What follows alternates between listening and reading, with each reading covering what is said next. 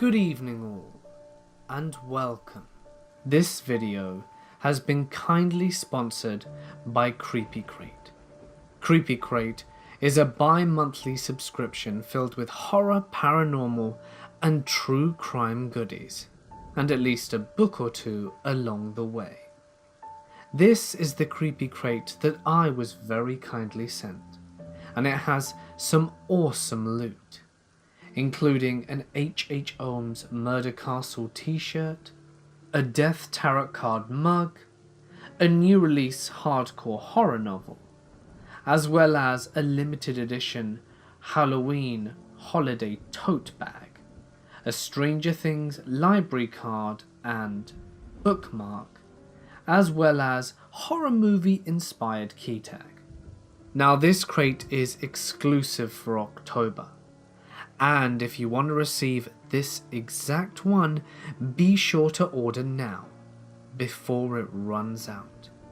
But if you're going to wait a little bit, have no fear. I've been told that next month's Creepy Crate is going to be based around true crime, which is going to be pretty good. Now, if you want to subscribe, feel free to check the link out in the description. And why not get a discount on your first Creepy Crate with your discount code MORTIS? It'll knock off $5 for your first one, if you're interested in signing up. But anyway, for now guys, it's time to get comfortable and let the darkness take control. I was raised Mexican Catholic, so I do not believe in ghosts, but the packing house is an abandoned building in a less than great neighborhood. I wasn't worried about demons, I was worried about junkies and tetanus and breaking a leg. My friend laughed and agreed with me, and I told him the following example of what a death trap is like. You see, when I was in college, the local haunted place was called the Packing House. It's an old meatpacking facility that burnt down in the 30s. The story of how and why changes almost yearly. The way I heard it was that the owner found out he was losing the business, so he locked it down and set fire to the building with all his employees inside. I went once, and have refused to go back since. After exploring the whole building, which had definitely burnt down at some point, I was there with a few friends and a couple of strangers on a road trip. We settled down on one of the top floors near the only windows, which were at the front of the building. We were definitely the only people there. The boys thought they'd be cute and try and scare us by antagonizing any ghosts that might be around, asking them to make noise, to let us know that you were there. All that ghost adventures type stuff. We heard a few knocks and bangs and footsteps from above and below us. Moderately creepy. I was ready to leave, but no one would go with me. And I wasn't leaving alone, as I had no flashlight, and this was before everyone had smartphones. The building is legitimately dangerous, with large holes in the floor and all those burnt up beams to trip on. "Do something louder," they said, like the bumps and creaks weren't enough. Now this was a pretty cold winter for Georgia, and I was wearing gloves, and again, this was before everyone had smartphones and touchscreens and Siri. My simple flip phone was sitting flat in the palm of my hand. "Do something louder! Get closer!" they shouted. And at that very moment, my phone started playing music by itself. That's not even the scariest thing though. While exploring, I was up on the top floor with one of my flashlight holding acquaintances. I honestly don't remember his name. He was a complete stranger who I never saw again after that night. I saw a light from a window in the back left corner and figured my tiny phone screen plus the window would be enough light to see by. I was still feeling pretty brave, so I ventured back on my own. As I carefully picked my way over the debris, I didn't watch my feet as carefully as I should have. You see, I'm scared of spiders and didn't want to walk into a web. I made my way to the very back room when suddenly I stopped dead in my tracks. I guess flashlight guy noticed I had wandered off, because he came up behind me and pointed the light down. He laughed and said I was damn lucky. Not even inches from my feet was a hole that stretched all the way to the bright window, with a several-story drop to the first floor cement. My friend, who I was telling the story to, had a confused look by this point. He said, "Dude, I've been there like 3 times. There aren't any windows back there." Was something trying to lure me back there? I still get upset thinking about it. A couple of my buddies and I once went on a hike. It was more of a nature walk, to a little waterfall in Malibu. Once we got to the waterfall, we were super unimpressed, as it was a drought year. But I noticed the rock face next to it was very climbable. We ended up climbing this pretty sketchy rock face, half hiking, half climbing, until we got to the top just in time to see a beautiful sunset and take pictures on my buddy's camera. We left our phones in the car, which was a big mistake. Once the sun set, we realized our problem. It was going to be way too dangerous to head back down the steep and loose rocks in the dark. I turned around and noticed a very random house behind us. Everything about this house was strange. There was no road or path to it, no yard or landscaping, but it looked like a very new construction, complete with vinyl sliding and windows, and all high-quality housing materials. The weird thing, other than there being no path, was that the sliding door was unlocked, and when I opened it, I walked into what was a giant room of dirt floors and one wooden bench sitting in the middle. Inside this giant room was another room, taking up maybe 1/8 of the space with no windows and a locked door, as I tried to get in. The whole atmosphere was super weird and creepy, so my friends hurried me up. We went back outside and noticed the only light nearby was the mobile home with a weird, giant structure next to it, made out of branches and sticks all leaned together.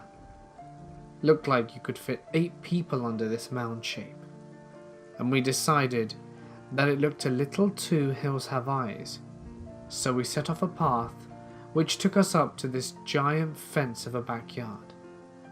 We had no way around, steep rock on both sides, so we hopped the fence and ran along the side of the yard, hopping the front fence and walking along the road. We were in some sort of gated community, but the weird thing was that every home was in complete darkness. It was like no one in these 30 homes actually lived here.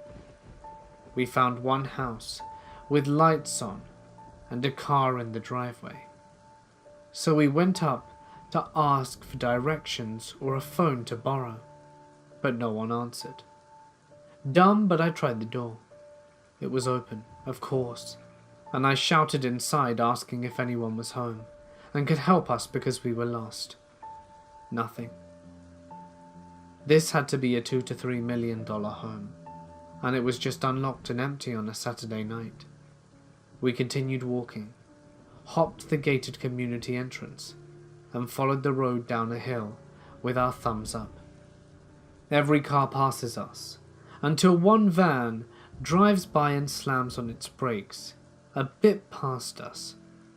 The driver opened the doors and yells, "You lost, boys?" "Yes, sir," we responded. "Get lost on a hike after climbing rocks? Had to hop a fence to get to the road? Yeah, exactly. I responded, "That was my house," he says, and then puts the van in reverse. We got super scared and froze for a good 20 seconds with no movement. His foot was still on the brake. It felt like an eternity before he put the car in drive and left. Thought we'd be mowed down for sure. Ended up having to walk the PCH in the dark for about 5 miles before we made it back to our car, passing tons of scary stuff. The creepiest thing being an abandoned ice cream truck with hundreds of eyeballs painted on it. I really want to revisit that old house thing and find out why it was built with that tiny room. Whittingham Insane Asylum. I used to visit there with friends back in college, 10 years ago. It's derelict, unbelievably creepy, and comes with loads of well-documented historic stories of abused patients from when it was open. From those stories come the usual ghost stories about people hanging themselves while they were residents. It's a huge site, with lots of large buildings, small buildings, its own church, lodgings, ballrooms, and still had items from when it was functional.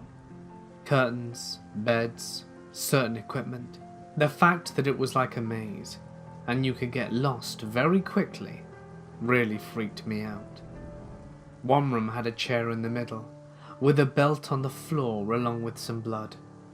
So there's obviously heavy drug users floating about. The creepiest experience I ever had was completely man-made. I was walking along a corridor to the bottom of the staircase. Some of the group had already ascended. The roof in this corridor, which was only single story, was completely perished.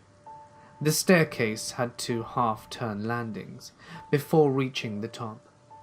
Someone on the second half-turn landing, directly above me, before reaching the floor above, pushed a piece of glass out while looking out which landing behind me as I stepped onto the first.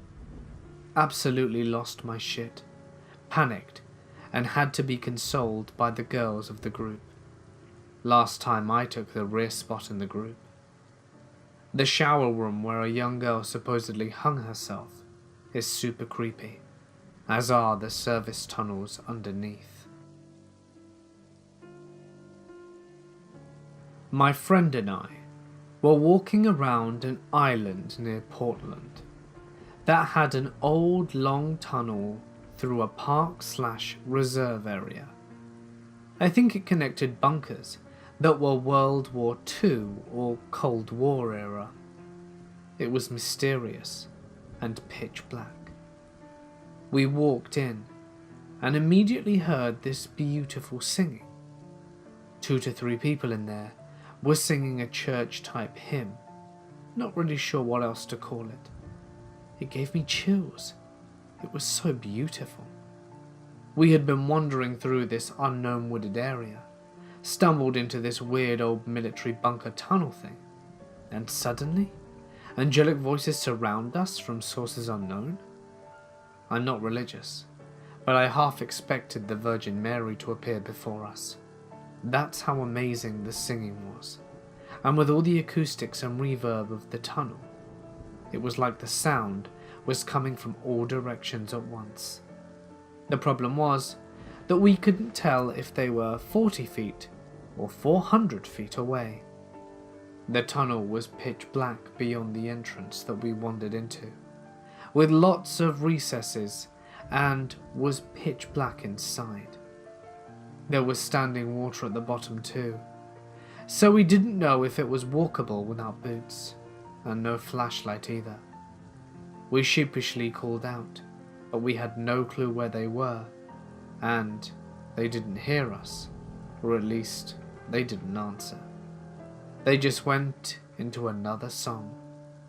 Looking back, I'm glad we didn't find them and tell them how awesome they sounded, because it leaves me open to imagine that it was a choir of ghosts or some ancient Greek sirens luring us to certain death. I was exploring a new build project, not too far from the resort of Caleta de Fueste. This building project had been going on for years and had been abandoned and retaken up a few times. My uncle, cousin, and myself decided to do some exploration. Both me and my cousin, being free runners, we loved the place and left my uncle behind as he wandered through at a slow pace. Me and my cousin ended up on the second story of a half-built block of apartments, and we could see down behind the block. There was a space a few meters wide, which I assumed was the space between buildings, which was mostly unseen and used for disposal or deliveries. It was bordered by a high breeze block wall, surrounding the apartment on two sides. We could see bones down on the floor in this space. As eager explorers and documentary bingers, we assumed they were bones of a dog that had gotten trapped and lost. We carried on, and I helped my cousin get up this high wall.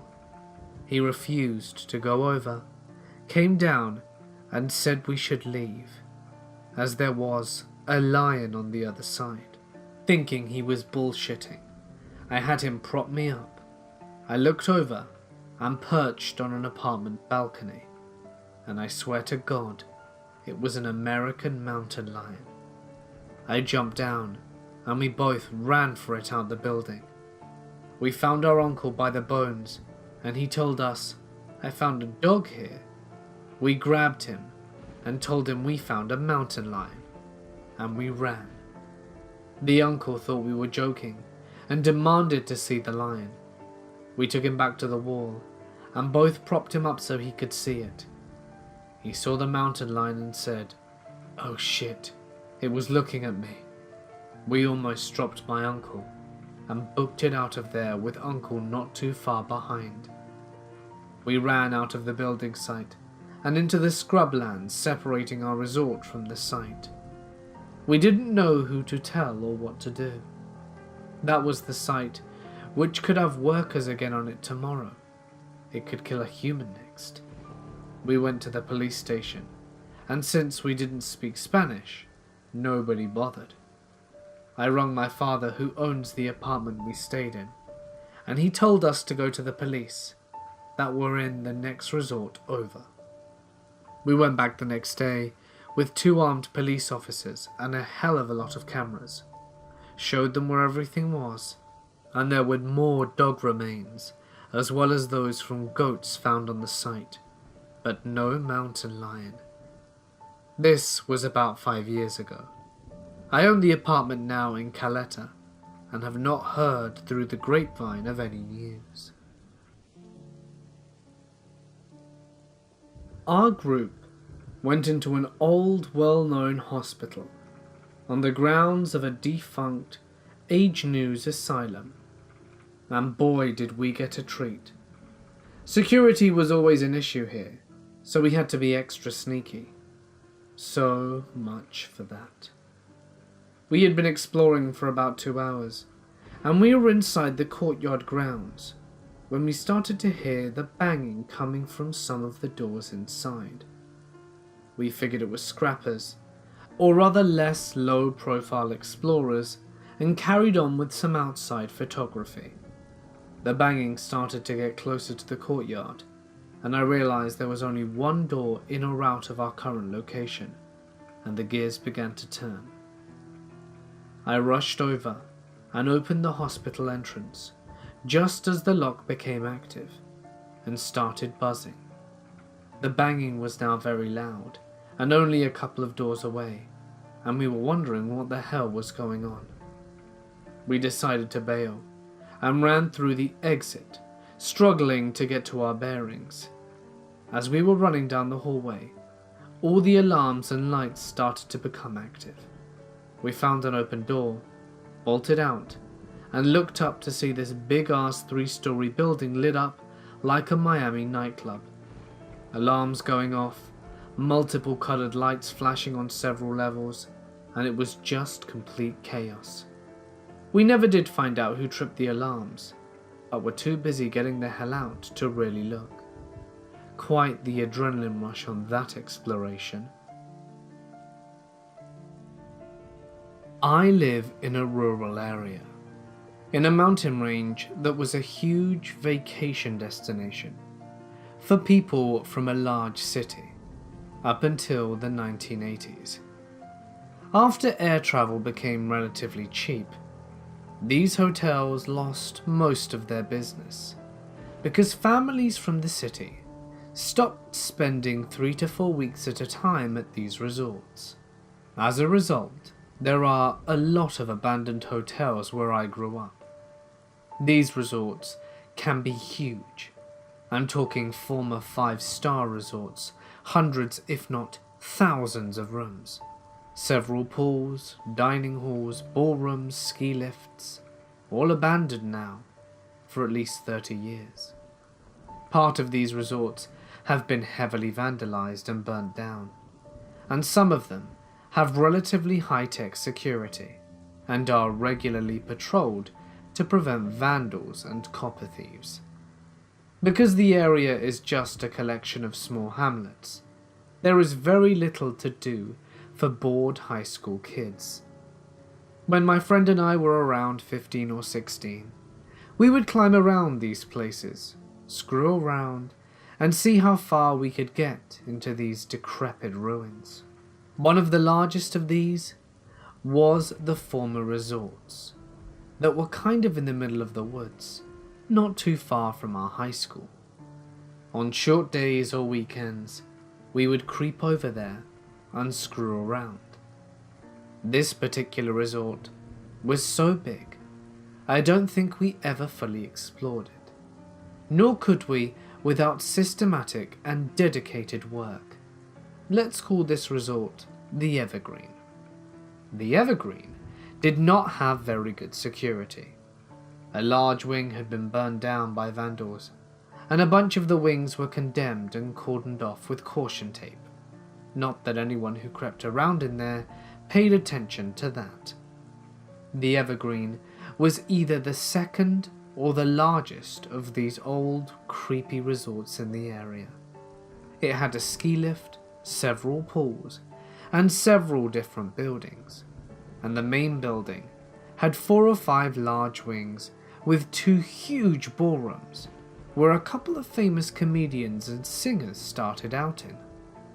One afternoon, 3 friends and I were milling around an area of the Evergreen that we had not been to yet. This part of the Evergreen was towards the old ski lift, further away from the main entrance and the road, and concealed behind a thicket of trees and leading up to the hill. This building had 3 floors and looked pretty run down compared to some of the others. There was very little sheetrock left on the walls. The paint had peeled off for almost everything. The ceilings were staggering or collapsed in some places, and there were little piles of rubble in every corner, and junk scattered around almost everywhere. Most of the rooms had the furniture still in them, but it was generally trashed, no mattresses on the beds, and everything was falling apart or rotting. We started looking around, on the ground floor first, and then moving up. Some of the rooms were burnt a little, where people had started fires, and there was generally trash, peeling paint, and old belongings kind of strewn around on the lower rooms. We started seeing dried spatters of what we were pretty sure was red paint or spray paint on the walls. When you bust the tip of a spray can, the paint sputters, and sometimes splatters instead of atomizing. So that's what we figured had happened there, because there was plenty of graffiti over the place. As we got to the 3rd floor though, there was way more of this red stuff than anywhere in the building. It had kind of dripped before drying in spots up there. We still didn't think much of it, because there was still plenty of graffiti, and a bunch of it was in red paint, and spray paint drips too. Although someone did point out that some of the red splatter was almost black, much darker than the other red spray paint. Finally, we got to one of the last rooms on the 3rd floor. The door was barely still attached, but not a single other door in the building was left standing. There was writing in what was definitely red spray paint.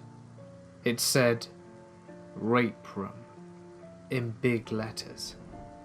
We were like, oh, this is too spooky for me. And of course went in, because we were 16 and absolute idiots.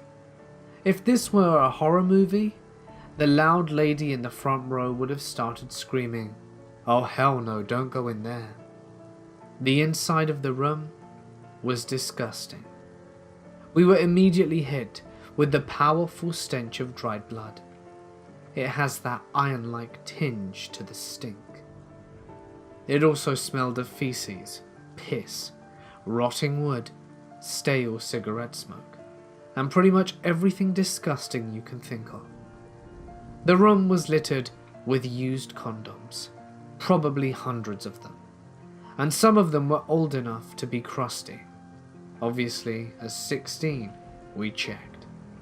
There were a couple of rotting chairs and really disgusting discarded items of clothing. Once we realized what was in the middle of the room, we started to freak out. There was an old mattress laying on the floor. It looked like it had been blue at one point, but now it was a fetid brownish red, with a big, deep red stain in the center. The red stain was still noticeably moist, and it looked like it had soaked through the mattress. Now I can't say for sure if it was blood, but it looked a hell of a lot like blood. A couple of minutes after, we kind of looked at each other and got the hell out of there. We never went back to the Evergreen after that, and a year or so later, the rest of the resort was burnt down. I've been urban exploring on and off since 2011, and one of the freakiest things that has ever happened to me was on one of our first times out. In my city, there was a mental asylum that consisted of a few nuclear power plants, a few administration buildings, several rooms, and 9 miles of tunnels underneath the campus that connected to buildings that no longer existed. Once I found out about the tunnels, I knew I had to check them out. I messaged a few people online that had been there before, and they warned me about the tunnels being flooded, having bad oxygen, and apparently finding a body rolled into a carpet. Never was able to confirm that one. The mental hospital was in a really rough neighborhood of the city, and rumors were that the building was used by gangs for whatever they were doing. I go with a group of my friends one night, and we set off down the darker than dark passages. I was pretty paranoid, so I was marking all of our turns with the precision of a German engineer, but this didn't shake the concerns about bad air. After about a half hour of walking, we come up into the boiler room in this basement, off one of the buildings. We walk through, and I'm the first up a small staircase that goes into a main basement hallway. I walk out into the hall and notice a small red light at the end. I remember just staring and thinking, oh, that's weird. It must be some emergency lights. Then I remembered that this place hadn't had electricity in 18 years. About that time, I noticed it started to move to the side. Then I'm blinded by a second light, this time a normal flashlight. Both of the lights are moving slowly down the hall towards me in silence. My then girlfriend walks through the door talking loudly, so I clasp her mouth and turn her around. She caught on quick. I think she saw how freaked out I was. We told our other friends what was heading our way, and we spent the next 10 minutes or so sprinting through the tunnels to safety, not knowing if anything or anyone was in tow. It was completely a gut reaction, but I think I made the right call. If they were urban explorers, they would have probably said something. We were obviously friendly, talking and laughing amongst ourselves. The eerie silence as they approached is what made us split. I'm a 20-year-old male from a town called Doncaster in the UK. This story happened a couple of weeks ago, when I'd recently got into an activity called urban exploring, which for those who don't know, is basically just exploring abandoned facilities and taking pictures. This story took part on my first real experience of urban exploration. I'd been looking on the web for places near me, as I didn't want to go far, as I was going to be doing it alone, and after an hour or two of searching, I found the perfect location. An abandoned mansion only a few minutes away, called Ivy Manor Farm, which I frankly was surprised I'd never heard of before. A little backstory. The home was occupied until the late 1900s, and it was owned by a male psychiatrist, who departed the mansion after a foul spell in his career after releasing a woman who he believed to be sane. However, upon her release, she stabbed and killed a girl in the local town. The backlash caused the owner to just leave the mansion intact to escape imprisonment. I'm not 100% sure on the details, but if you Google Ivy Manor Farm, Hampole, I'm sure you'll get the fine details yourself. Anyway, I decided I would go the following day, as by the time I'd found the location, it was already pretty late and I was quite tired. The next day, I decided I would go to the mansion at dusk, as the mansion is located alongside a main road, and I wasn't 100% sure on the laws of urban exploring. I decided I would start the journey to the house. It was only a 15-minute drive, so I knew I would get there while there was still some light in the sky. About halfway through my journey, whilst listening to the local radio, the heavens opened and rain began to bounce off the ground. I just hoped the building still had a fully functioning roof. I pulled up to the mansion at around 7:15, and due to the rain it was overcast, and the plan of getting here during light was out the window. I pulled round the corner, so my car was out of sight on the main road, and I sat in my car for around 5 minutes, hoping the rain would pass. However, I had no luck, and the rain continued to fall, and I decided to brave the elements, and got out of my car and put up my hoodie, and made my way around the corner to the house. As I got in front of the house, a convoy of cars made its way past, so I decided to wait until I jumped the fence, as I'm a paranoid person. The cars passed, and I hopped the fence. I entered the house through the front door. The fixtures and fittings were old and broken, both due to natural causes and local kids, as there were numerous graffiti tags littering the walls. I decided to work my way from top to bottom of the house. I made my way up the cobblestone stairs and turned left as the corridor didn't look that stable. I entered the room that had a creepy feel to it, but couldn't put my finger on what gave me this feeling. But I just marked it down to the fact that it was the unknown that gave me this feeling. This one weird thing I found is that the roof looked perfectly plastered and untouched, to say how long it had been derelict. I didn't want to go too far into the rooms, as I wasn't sure that the floor would be stable, so slightly disappointed to the lack of interesting fixtures, I made my way downstairs to the rest of the house, and it was pretty bland, apart from the back of the house, which had an abandoned swimming pool that was full of vegetation and rats, and almost looked like a scale model of a rainforest. While deep in concentration, I was taking photos of the pool. A rhythmic and continuous sound came from inside, and a feeling of what I can only describe as utter dread retched over me. The primal instinct of fight or flight came over me, and as a 6'2" stocky male, I chose to get the hell out of there, despite not me being able to find the car which I had just seen on the internet. I made my way through the maze of rooms until I reached the kitchen, when a sound started to accompany the clicking sound. It was laughing, but not your average laughing, but some psycho straight out of a movie type laughing. I started choking up and holding back tears. I was looking in the doorway leading to the main room, where the doorway was located. I could see a warm glow, the glow from a fair.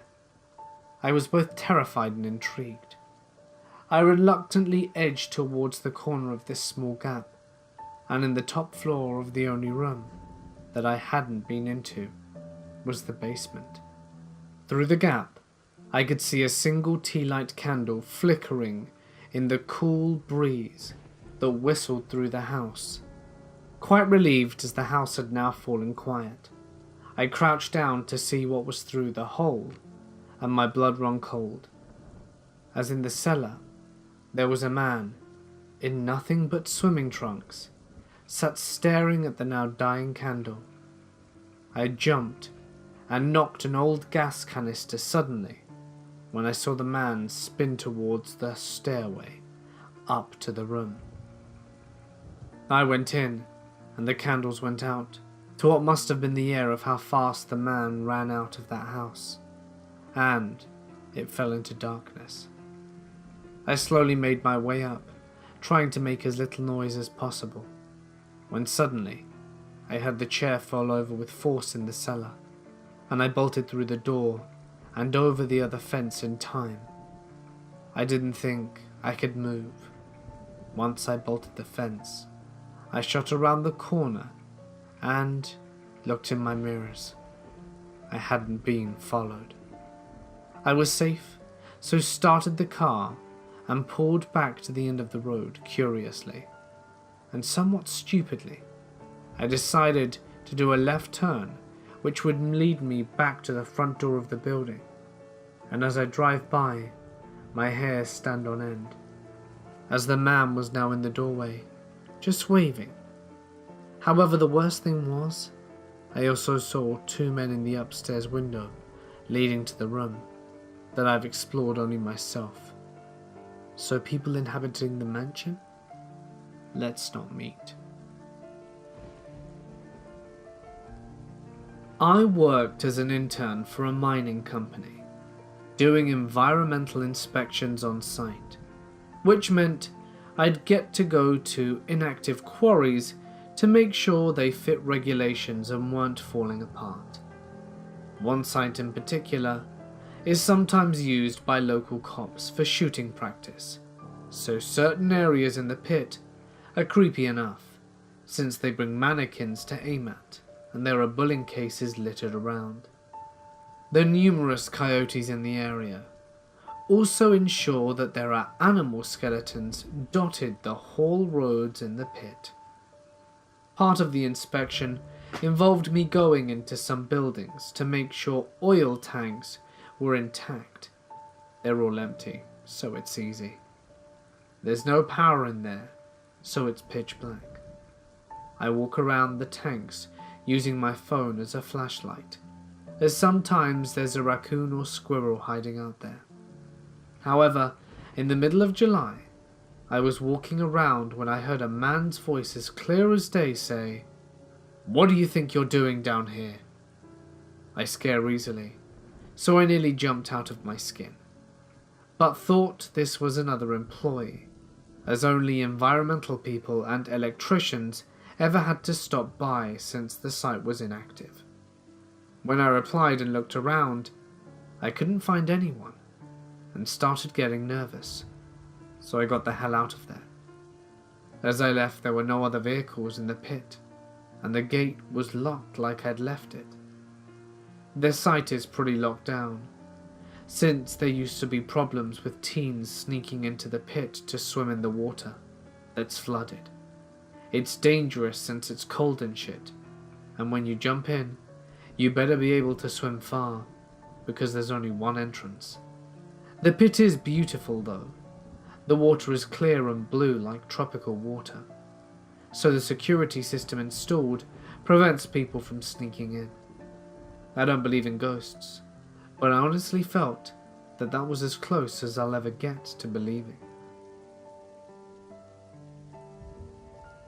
I was exploring an abandoned facility, at one point owned by a defense contractor. The place is up in the hills, near a pretty large chunk of residence surrounding the hill. To get to the fence, you need to hike 3 miles, followed by another mile down to get to the buildings after the other mile. This place was originally about 800 acres, but is now down to 700 after development began. The place is super contaminated with uranium, perchlorate, Agent Orange, and other chemicals. I had a gas mask and protective coveralls on, so I would only imagine I already looked pretty creepy. Well, it turns out there is a guard on the facility 24/7, and maybe another party or two also exploring. We all hear noises caused by the other party, so we kept avoiding each other, while the guard was searching for us. We were avoiding him, and the other group, who we thought were military personnel. We were screwed if we got caught. Well, anyway, turns out the other group was avoiding me, because they got nervous with my choice of uniform, and the guard was searching for me to see what my intentions were. I found some rubble from a building that was probably destroyed sometime earlier. Well, it turns out the destroyed building was the prospective observation deck for explosive mine testing back in the day, and the field still contains some remaining landmines. We hear a loud explosion and saw bloody chunks flying everywhere. I thought I was in the deepest shit I could possibly be in, with people blowing up while following me, and it turns out there are just cows in the hills. Hey guys, it's Mort here, and thank you so much for listening. I hope you enjoyed tonight's video. Wouldn't it be creepy and really interesting to be the first people to explore an abandoned house or something? I personally think it would be. You get real insight into what the people who lived there were like. I don't know, I just find it very fascinating and very creepy. Maybe one day I'll have a chance to do that. If you enjoyed the video, please don't forget to drop a like and leave a comment, as it goes a long way. Don't forget I do post every night, so make sure to hit that bell to be up to date every time I post. If there's a story that you wish to share, feel free to send it to my email or alternatively post it to my Reddit, which is currently getting a revamp if you want to check it out. But anyway, for now guys, I'm going to sign off. Stay awesome, and I'll see you in the next one.